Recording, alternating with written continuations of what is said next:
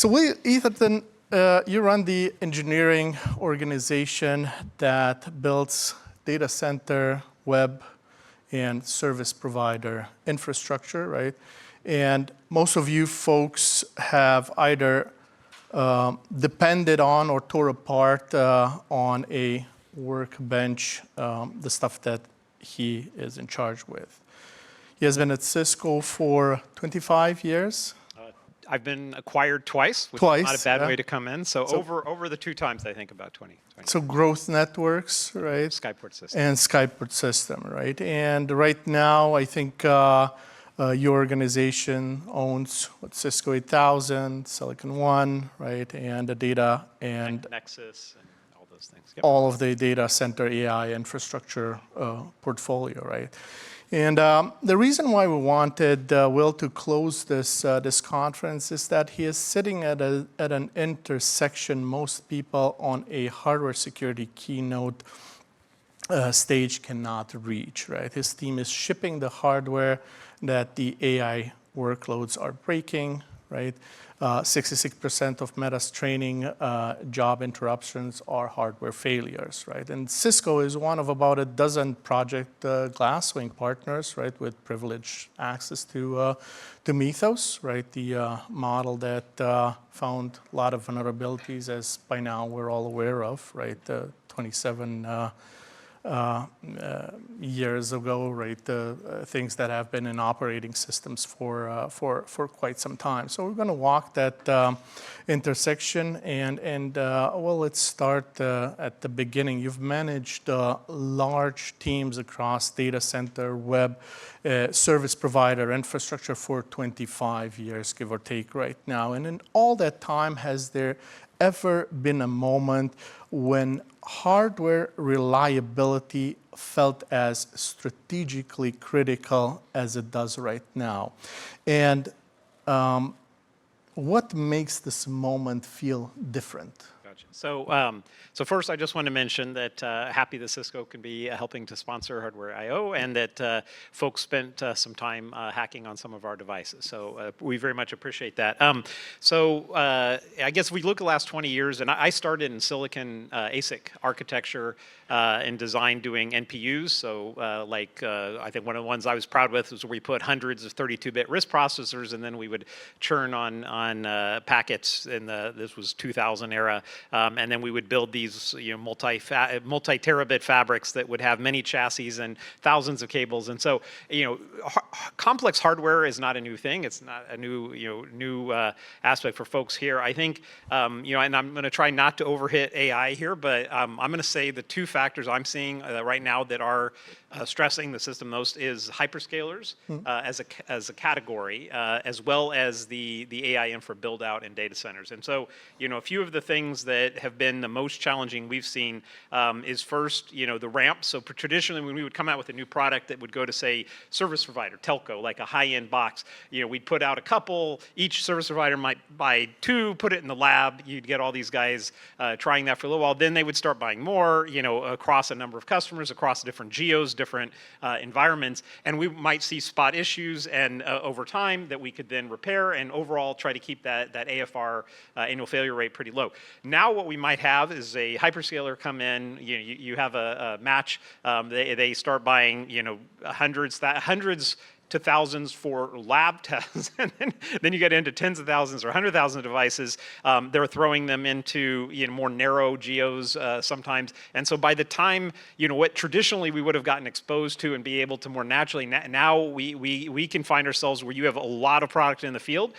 You see an issue and you cannot. I mean, it is a disaster, and it can be career-ending kinds of impacts on those kind of things. So that that's led us a lot to these new. A push, and some of it's cultural, but a lot of its product is that we need to be doing more upfront to try to find the kinds of issues that might later downstream impact, and that's defensive design. Understood. So I think from what I'm gathering from what you're saying is that what may have been in the past sort of a leisurely walk right now is definitely We didn't know it was a leisurely walk circa 2010, 2015, and now it feels like a leisurely walk. I can attest to that. I started my career with Cisco cybersecurity products and so on. But your team has built a defensive design framework around 6 pillars, right? Fault tolerance, reliability, observability, foreseeable misuse, design margin, and qualification, right? That is a lot to hold together, right? When you're sitting with your engineers at the start of a new product cycle, which pillar tends to be underweighted? So I think observability, which potentially may resonate with folks here, is probably the area that I would consider the one that we struggle the most with sometimes. And this everything from some of the silent data corruption topics that can come up to the technology getting harder and harder for us to have the ability to observe. And then the industry has changed. So there's things that folks are familiar with Sonic, which is an open source network OS that has become very popular, and Microsoft and Google, and we've tried to contribute quite a bit to it. But what traditionally might have been easy, like you go along, you want to add a diagnostic into our product, we would have from potentially, we do our own chips, but we use other people's chips, but from the chips through all of the intermediate layers to the actual reporting and open telemetry, we might have had all of that. Now it may stop. And so this leads again to if you're not going to be able to so quickly add those kinds of things, you have to plan much earlier on what are the misuse kinds of things that can happen to these products. And so my other question is, and you've keyed in on observability. Yes. The next follow-up question is why? Well, a part of it would be because we can't be reactive later on. If we don't catch it, we get these large deployments, and the size of a single deployment could be so high that even traditionally less than 1% annual failure rate might be considered decent. Now, if it's concentrated, if it's a particular trigger condition, that could be disastrous from our customers. And then to some of the AI topics, small amounts of impacts can actually cause big. If you're on the back end of an AI training, and if some of the software infrastructure frameworks for these are fragile, that could actually cause big impacts that can cost tens or hundreds of millions of dollars. And so the stakes have gone up, the expectations have gone up quite a bit on that front. Yeah. So on one of your defensive design decks there, you have you mentioned capacitor orientation, right? So physically aligning a component, right, with airflow direction reduces dust accumulation and corrosion, right? It sounds astonishingly simple. Yes. Is it true that most of these highest impact defensive design decisions are not exotic, they're just disciplined? I would say that a lot of these are, so the capacitor one, again, this is, you get it at scale, but you have a large number of systems, you have environments where maybe they have some dust, some dirt in the air that might have some capacitive aspects, and if the capacitor leads are oriented such that the airflow, that we saw cases where it did, after some time, cause a short, and of course it's intermittent, which means it's harder to debug and all those things. And so some of those, like orientation of the components, have been big topics. Other ones have been modular systems. So anything, anywhere, and again, this might be across a range of industries. It's certainly there with like NVIDIA's big NVL72 racks, but we traditionally have done these modular routers and switches where you have these line cards and you put them into a rack, and those have gotten, it seems just on a perpetual more complex. So not only are the SerDes rates and so on going up, but the weight of these things have gone from 20 pounds, 30 pounds. I think some of our recent ones are 70 pounds. And we've saw issues where after, and again, a lot of these you may not find until you've produced too many of them and it becomes a big pain in the ass. The 70 pounds, just some of the effects of gravity and some of the warping of that would mean that some of the analysis we'd done on and again, now you're up into these 100 gig SerDes, 200 gig SerDes, 400 gig SerDes, that those would cause more impact. So I would say some of them are as simple as the orientation capacitors. Some of them are physical properties that don't seem that complex, but then when you put it with technology that is moving so quickly, can cause bigger impact. And so we're trying to look at those more. Foresight is a great thing, isn't it? And I think I'm always excited to hear about these stories, right, which come from folks such as yourself. And I'm inclined to ask you right now, what is the silliest sounding defensive design decision that your team made in the recent past here that turned out to really matter? Silliest. I don't know if that's the greatest qualifier, but I will say, coming back to just like the capacitor one, I know there was iterations of, in addition to coding, in addition to the orientation, things like coatings, and then, trying out experimentation, trying out different conformance coding, and then getting into, well, that would cause thermal issues because these things are now, and again, I'm sure folks are following these, but in a single rack for some of these, you're now, in the hundreds of thousands of watts. We're 2 or 3 years from a megawatt in a rack. And so at one point, on one hand, we're trying to apply technologies like, could a conformance code. And on the other hand, you now have something certain. So then you get into like some sort of nano coatings and that, like the stuff you have in your shoes. Could that help? So I don't know, it's silly sounding, like just experimentation. Oh, and then liquid. Okay, so liquid, I've been in many silly sounding conversations as we're getting into liquid cooling, where you're now bringing in the mix of network cable interfaces, power cable, and now you have the plumbing and the kinds of discussions around some of those interfaces and the plunging and what can happen with some of those. So I would say those are so silly sounding to me sometimes. Okay. But yeah, I'm an EE, so those I don't know as much about the liquid side. Yeah. Understood. In a conversation here that you've had with our team, I think you had brought up the boundary between software and hardware, and what is happening with AI infrastructure with that regard.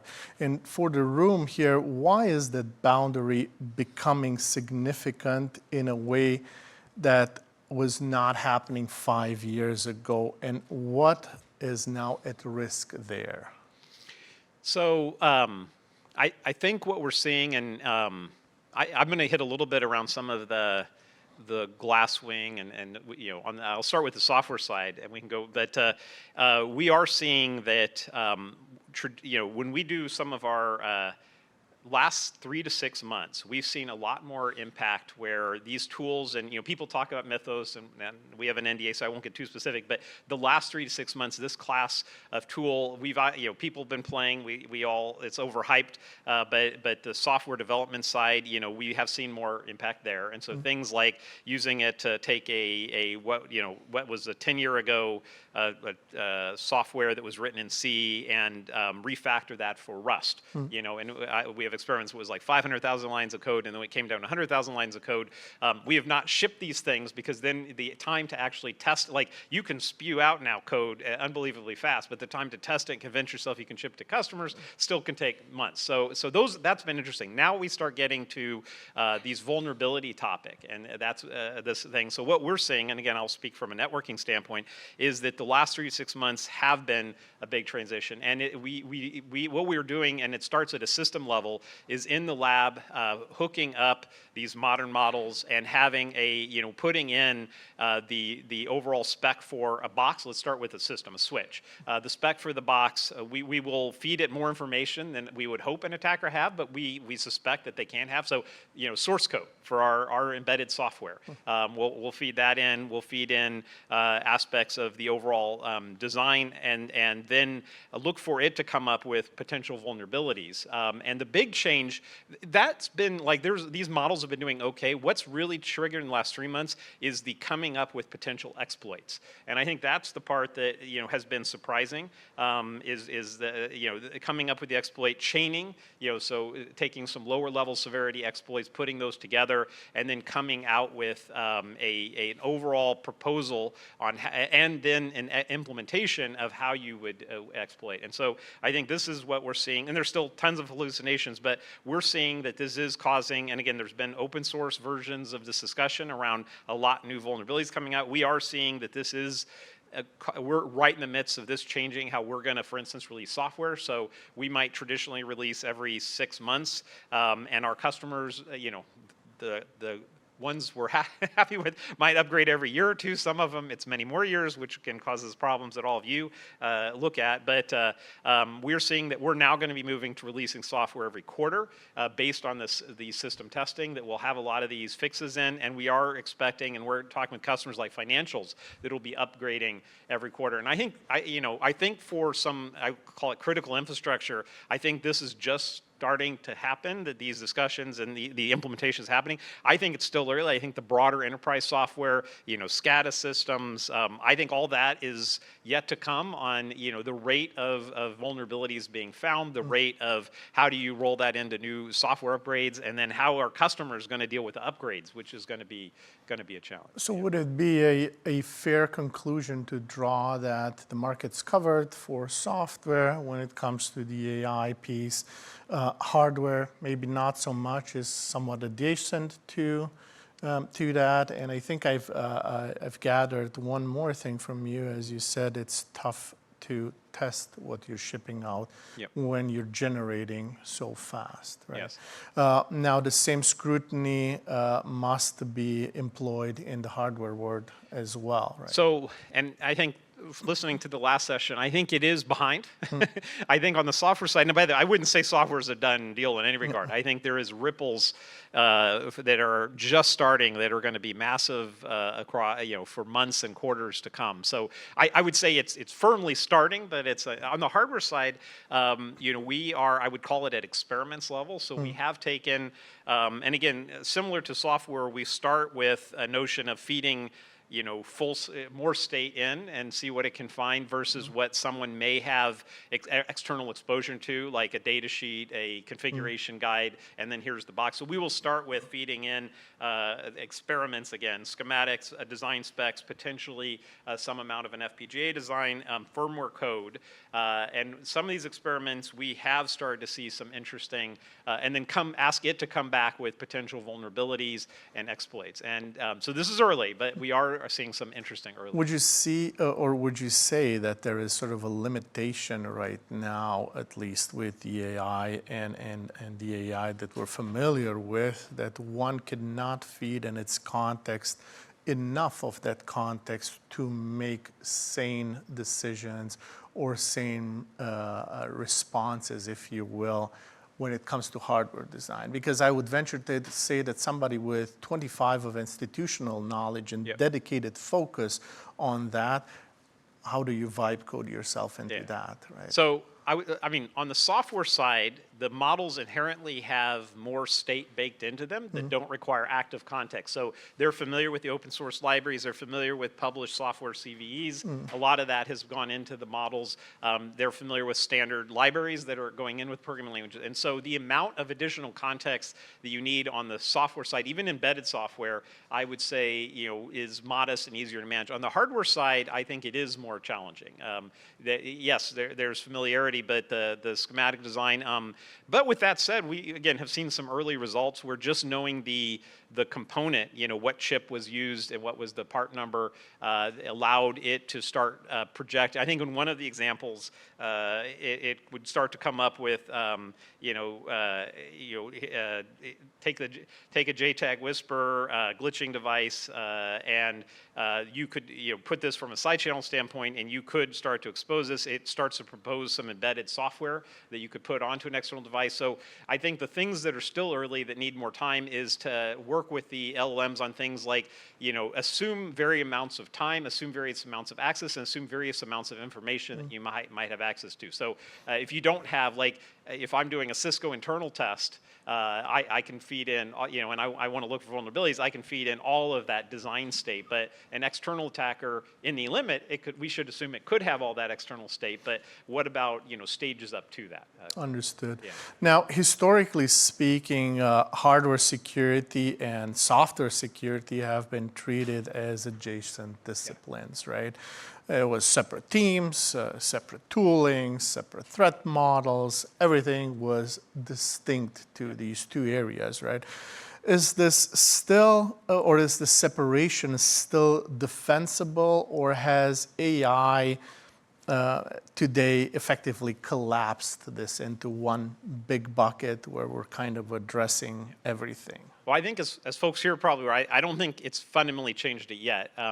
I think we're still early, but again, when we're asking it, again, in some of these experiments, we were asking it to come up with a proposed exploitation of a device, and it is suggesting, if you took, what was it, the Screamer FPGA hacker boards, if you took that and put in, something along the lines of this design, and then you put in this firmware on it, and then you attach it to this point on the box, that it is traversing that hardware-software boundary in its proposals. Now, a lot of these are false when you start to get experts in, but it's a good number of them are interesting. So I think it is helping more in the generation of hypotheses than humans can go tackle at this point. But I think it is a risk that you're bringing together that knowledge into the model.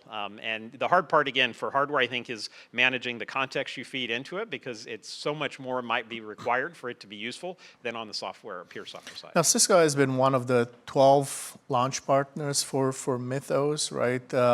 Most of them have been using Mythos on software code bases, kernels, browsers, libraries.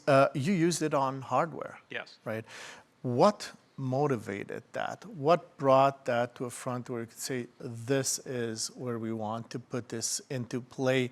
And without getting into specific vulnerabilities, as we understand the circumstances around this, what kind of thing did Mythos surface that you were not expecting? So one, why? And two, what? So on the why, and again, I think some of this was what we were doing on the software side involved, again, not just feeding it and having it spit out a markdown file with proposed, but it actually coming up with the proposed configure. Here would be a configuration of the box. Here would be packets that could be generated, that could be, packet of death kind of aspect to send into the box. It was coming up with multiple pieces to it, and as we went through that view, that it was not just a pure software angle, but it was disciplinary across the sort of the networking config, the actual packet traffic, the software that might be involved, and various assumptions about that kind of approach was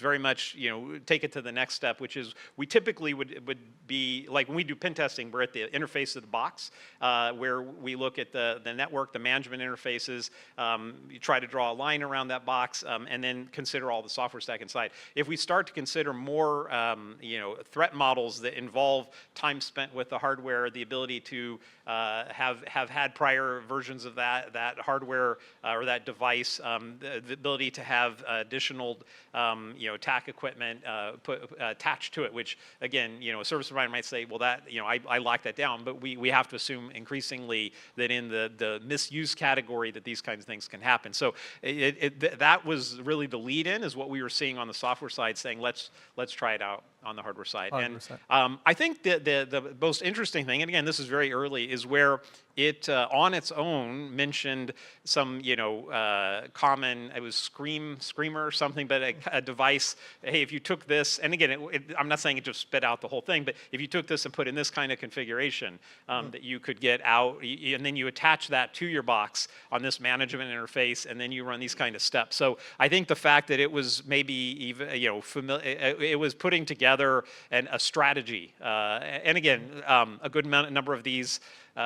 Just an initial probing, some of them immediately don't work out, but others are looking interesting. So early, but yeah. You bring up a very good point that I'd like to get some more emphasis from you on. Is it seems like Mythos and AI in general, great at discovering the holes, right? Great at pointing you in the right direction, but I'm concerned about where it stands when it comes to remediation. Right, yeah. That's number one.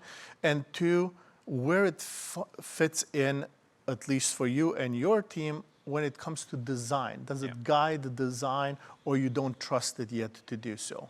I would say guide design, and I'm sure there are folks who would say it can guide all design. I would say that's still early. I think the biggest shift left gain is let me take pen testing. So I love the pen testing that we have at Cisco. We have an internal team that will run across our boxes on an ongoing basis. They are awesome, but they're a limited number of folks, and they can only do so much. I think with some of what we're seeing here, we can at least take certain categories that would be the most common kinds of things that they can run. We can bring that forward and we can put into some of our more automated earlier testing so that by the time we get to the human pen testing, it is, the easy stuff is found and we make it a little more, and I would say the same for folks here. By the time it's out and you guys have your hands on it, hopefully the easy stuff is more found. So I think that is the biggest opportunity, is that some things become test time and test time level rather than post-design level. So this is a great segue here, because hardware security testing has always been expensive, slow, and very much dependent on some exclusive expertise, right? Yeah. If AI tooling makes it faster and more accessible, does that cut both ways, in the sense that when the same capability is in the adversary's hands, right, what does the defender's advantage look like? Yeah.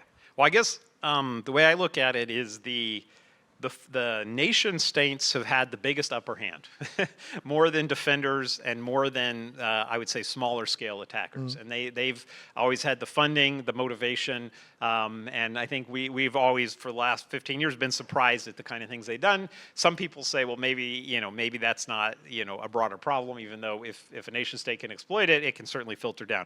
I think the change here now is that with these capabilities, and again, today, it's still early, but extrapolate out 6 months, 9 months, 12 months, is that it will enable, I think, both defenders and the small-scale attackers. And so I certainly worry about a much broader small-scale attacker that is armed with the tools, the ability to generate, FPGA files that are optimized to attack my box when they didn't have any understanding of how to do an FPGA, those kinds of things. So I do worry about that. At the same time, I think from the defense side that, that is. So, I think, my thought or suggestion there would be the models don't matter as much as the harness, as the experimentation. There, yes, people talk about Mythos, good model under NDA, but I don't think the models matter as much as the experimentation and the pulling together a sort of request for it to work with you on the full system aspects. And so I'm hopeful that the defenders can win out, but we will see. So from that perspective, I have quite a specific take on Mythos and everything that it brought with it. And here's the take on that. I think that enterprises and in general manufacturers who were prepared before continue to remain prepared now. And I think it's that soft middle of manufacturers or of users of specific products, right, that are still the target, right? Yeah. Has Mythos changed any of that outside of giving much more velocity to the whole problem? I would say the thing that I think has changed along those lines is traditionally, and again, this is all large multinationals, you have products that are your, high end, you've got your best people on it and all that, and to your soft metal, you have products that maybe are more legacy. And the traditional, we all see this happens, is staffing gets reduced on that, those longer in the tooth products, pulled off. The business guys look at a return, what am I still getting per year? I may still have to support that, by the way, for another, once they stop selling, I've got another 5 years and then another whatever. But from a business trade-off standpoint, it's a what am I still making from that product? And I think that to some degree, the business side of these analysis, we're happy to not have to overtly face engineering debt that would build up on that soft metal, those back-end products. I think now what we're seeing is, and as an engineering manager, is that this is not going to allow that to go invisible within a company. It's going to be in your face more. You're going to see these reports. You're going to say, hey, yes, we reduced staffing on that project, but it is actually again, without getting specifics, I've seen products where we have 100 million lines of code.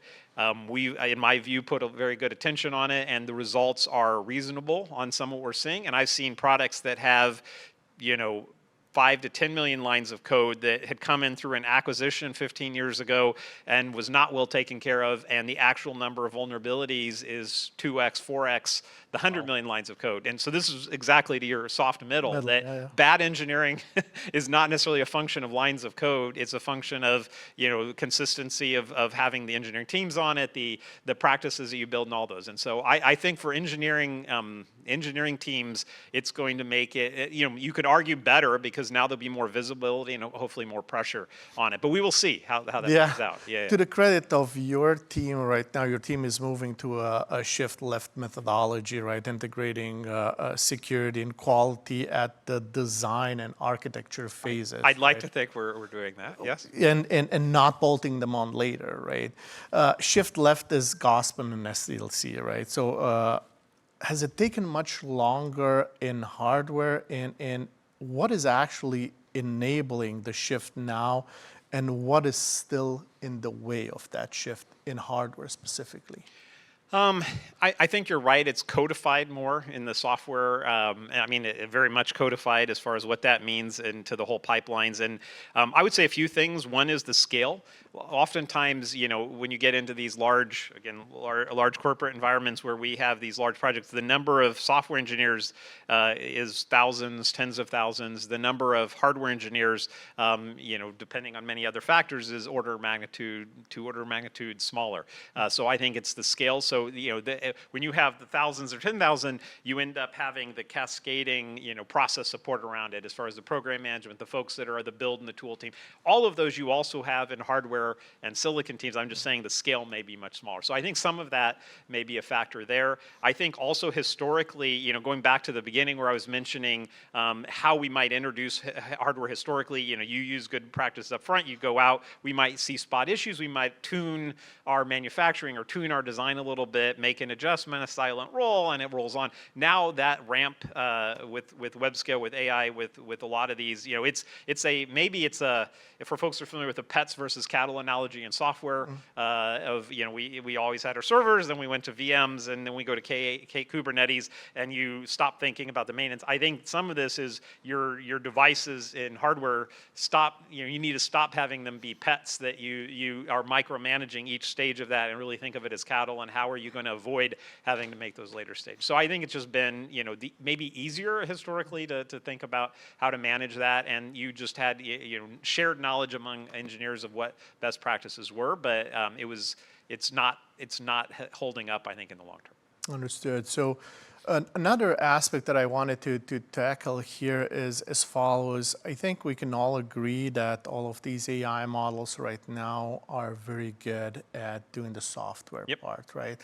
I would venture to say that is due to the fact that there has been a lot of transparency, a lot of open source stuff, a lot out there for these models to learn, right? Do you think now is the time where hardware needs to take the same approach and provide the same level of transparency, right? And I know this is a question of economics, because at times it's very easy for a large corporation to open source a library, right? But it's probably not as easy to open source a chip design, right?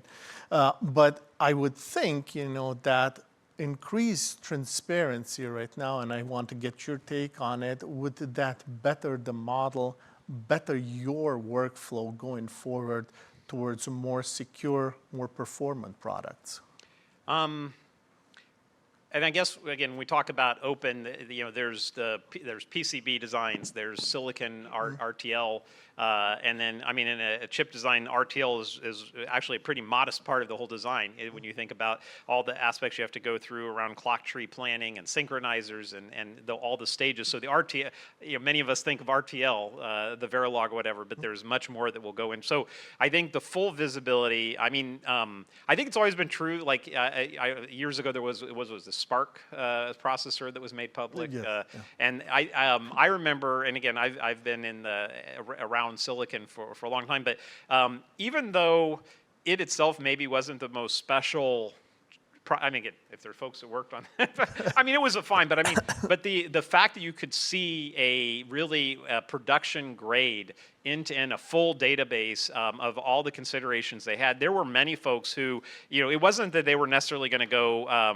try to take a piece and put in an FPGA or try to go tape it out, but just the visibility of that, I think, influenced. I remember reading through the documents on that, but I think that influenced a lot of it. So I think it is true that when there are, well-done projects like that, the more that are visible, that can help, even if the direct technology and that isn't the thing that someone is going to go design against or leverage as an open source IP in a project. So I do think more of that is good, is a good practice. So more transparency, better. I'm glad we can both agree on that. There we go. I will say, on the software, I'll say we do spend a lot on like Sonic and the open source software and contribution. Hardware probably we haven't done. I will consider what more we can do in those fronts. Yay. Last question here, and looking at the where AI infrastructure is headed over the next 18 to 24 months, the speeds, the scale, the new system architecture, the new tool chains, where does the hardware security community now have a blind spot that worries you? And what is this room not paying attention to that it should be from your perspective?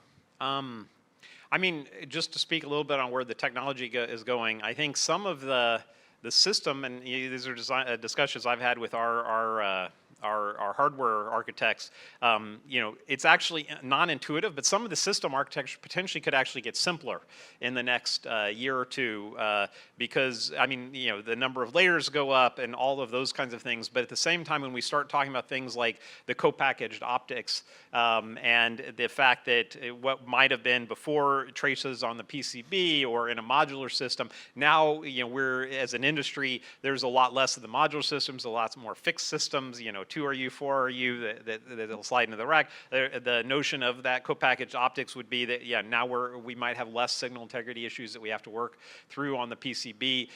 In theory, maybe that's less side channel opportunities in some of these cases, the management interface. So I think, it could be that we actually are hitting the plateau of complexity and then things start to creep down and then they become more broader, like, liquid cooling and how's that interact and the optics technologies. And so the components, the